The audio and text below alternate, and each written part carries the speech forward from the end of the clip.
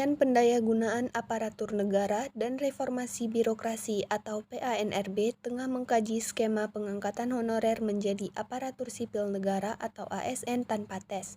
Pengangkatan ini akan didasarkan pemeringkatan kinerja sepanjang tahun ini sehingga honorer tidak perlu melalui proses seleksi.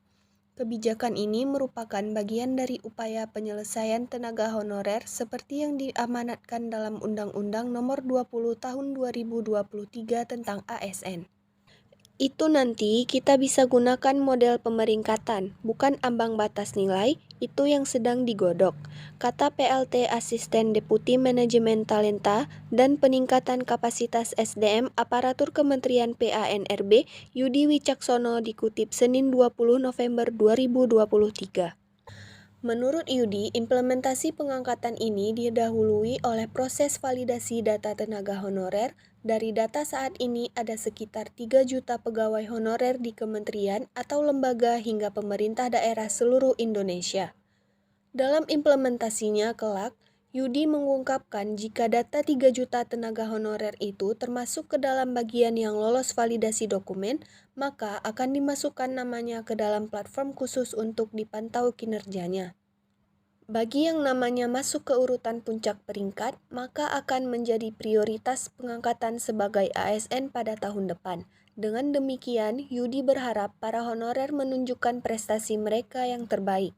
Jadi, mereka-mereka akan diperingkatkan siapa the best-nya dan mereka harapannya nanti berkompetisi sesama mereka siapa yang akan terbaik di tahun ini sehingga tahun depan menjadi prioritas diangkat menjadi PPPK penuh waktu, tegas Yudi.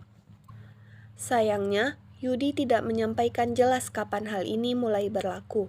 Adapun Kementerian PANRB hingga saat ini masih fokus pada rancangan peraturan pemerintah atau RPP mengenai manajemen ASN. Komisi 2 DPR menilai pengangkatan honorer tanpa tes bisa dilakukan dengan melakukan seleksi administrasi berupa verifikasi dan validasi dokumen. Pengangkatan PNS menurut Komisi 2 DPR perlu diprioritaskan pada masa kerja dan bidang tertentu. Wakil Ketua Komisi 2 DPR, Syamsu Rizal menegaskan masa kerja, gaji, pendidikan, dan tunjangan yang diperoleh juga harus menjadi pertimbangan. Menurutnya, pengangkatan PNS tanpa tes itu harus dilakukan oleh pemerintah pusat. Tenaga honorer dan sejenisnya diangkat menjadi PNS oleh pemerintah pusat.